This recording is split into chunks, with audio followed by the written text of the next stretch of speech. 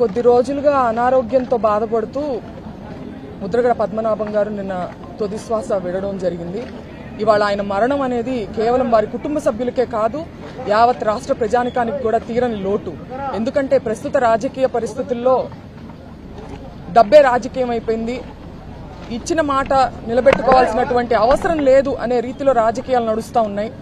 ఇలాంటి పరిస్థితుల్లో ఇచ్చిన మాట మీద నిలబడి నమ్మిన దానికోసం ఎంత దూరమైనా వెళ్లి ధైర్యంతో పోరాడుతూ అవినీతికి తలవంచకుండా ఆయన చూపించినటువంటి పోరాట పటిమ అందరికీ స్ఫూర్తిదాయకం. అలాగే కాపు పోరాట యోధుడిగా ఇవాళ ఆయన్ని చాలా మంది పేర్కొంటారు.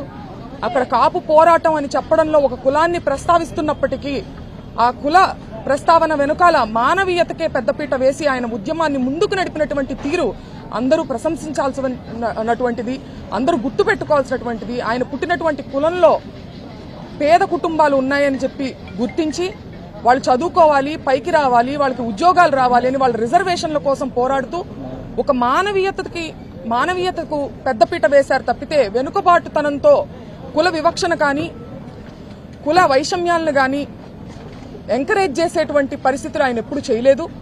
ఇది స్ఫూర్తిదాయకం. అటువంటి మహనీయుడికి పాదాభివందనం చేస్తూ ఆయన ఆత్మకి శాంతి కలగాలని మనస్ఫూర్తిగా కోరుకుంటూ ఆయన కుటుంబానికి కష్టకాలంలో భగవంతుడు తోడుగా ఉండి వాళ్ళకి ఈ కష్ట పరిస్థితుల్లో నుంచి మరిన్ని అప్డేట్స్ కోసం ఛానల్ ను సబ్స్క్రైబ్ చేయండి. నోటిఫికేషన్స్ కోసం బెల్ ఐకాన్ పై క్లిక్ చేయండి.